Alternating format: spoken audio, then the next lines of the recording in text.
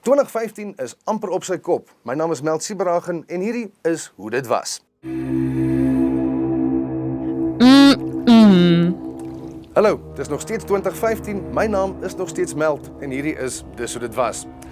Die openbare beskermer, Thuli Madonsela, se kantoor sukkel om by al hulle werk uit te kom. Die las is te groot en die fondse is veral te min. Hulle sukkel om geld te kry. Dit is nogal ironies, want dis omtrent die heel eerste keer wat die regering in hierdie land nie net 'n probleem of 'n doring in hulle vlees probeer verwyder deur 'n hoeveelheid geld daarna toe te gooi nie. Well done, guys. Financial impropriety, corruption and tender irregularities. Die DA se Diane Kohler-Barnard is geskort nadat sy pro-PW botastellings op Facebook gemaak het.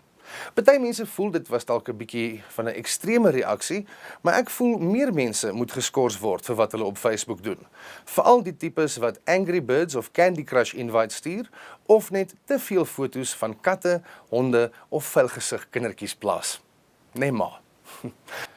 'n Mens sal nie maklik 'n snelweg vir 'n metafoor misgis nie.